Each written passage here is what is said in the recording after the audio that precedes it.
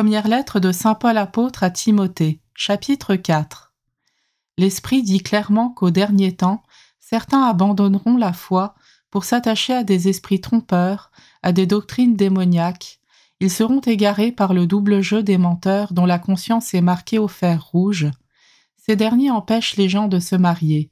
Ils disent de s'abstenir d'aliments créés pourtant par Dieu pour être consommés dans l'action de grâce, par ceux qui sont croyants et connaissent pleinement la vérité.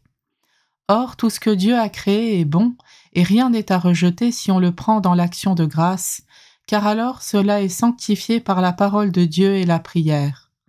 En exposant ces choses aux frères, tu seras un bon serviteur du Christ Jésus, nourri des paroles de la foi et de la bonne doctrine que tu as toujours suivies. Quant aux récits mythologiques, ces racontards de vieilles femmes, écarte-les. Exerce-toi au contraire à la piété.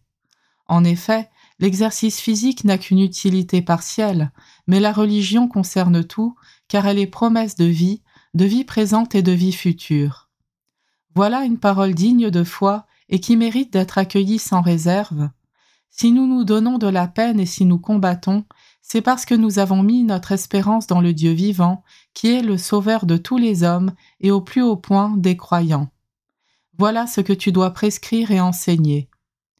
Que personne n'ait lieu de te mépriser parce que tu es jeune.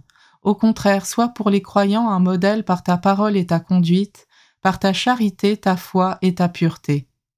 En attendant que je vienne, applique-toi à lire l'Écriture aux fidèles, à les encourager et à les instruire. Ne néglige pas le don de la grâce en toi qui t'a été donné au moyen d'une parole prophétique, quand le collège des anciens a imposé les mains sur toi.